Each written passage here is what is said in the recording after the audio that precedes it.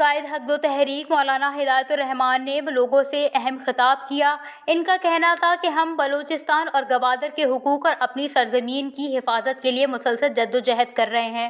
بدقسمتی سے 25 اور 26 دسمبر کی رات آپریشن کا آغاز ہوا۔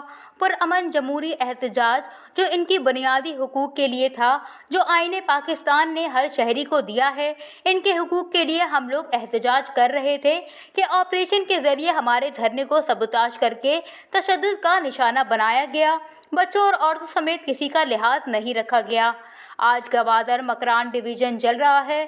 صوبائی حکومت پرامن شہریوں کو غدار اور تخریب کاری کا لقب دے کر غفلت کی نیند سو رہی ہے۔ 126 دن عمران خان نے دھرنا دے کر وفاقی دارالحکومت کو بند کیا، سفیر غیر ملکی سب کو بند کیا گیا۔ اس دھرنے کی وجہ سے چائنا کے وزیر اعظم نہ آ سکے۔ وہاں کیوں طاقت کا استعمال نہیں ہوا؟ خواتین کی بے عزتی نہیں ہوئی، بلکہ وہاں کے مظاہرین کی مہمان نوازی کی گئی۔ 126 دن وفاقی دارالحکومت بند کرنے والوں کی مہمان نوازی اور 2 ماہ جائز آئینی حقوق کے لیے دھرنا دینے والے بلوچوں کو زرکوب، تشدد کر کے خواتین و بچوں سمیت سب کو مارتے زخمی کر کے گرفتار کرتے ہوئے گوادر کے دھرنے والوں پر گزشتہ 5 دن سے ناانصافی جاری ہے۔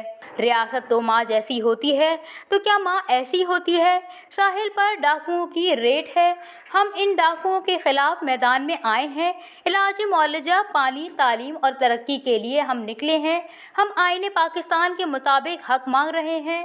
ہم نے کل بھی اعلان کیا تھا، آج بھی یہی کہتے ہیں کہ ہماری جمہوری جدوجہد چلتی رہے گی۔ ہم پرامن احتجاج کرتے رہیں گے۔ آنے والا وقت ہمارا ہے۔ ظلم اور جبر ختم ہوگا اور خوشحالی کا دور جلد آئے گا۔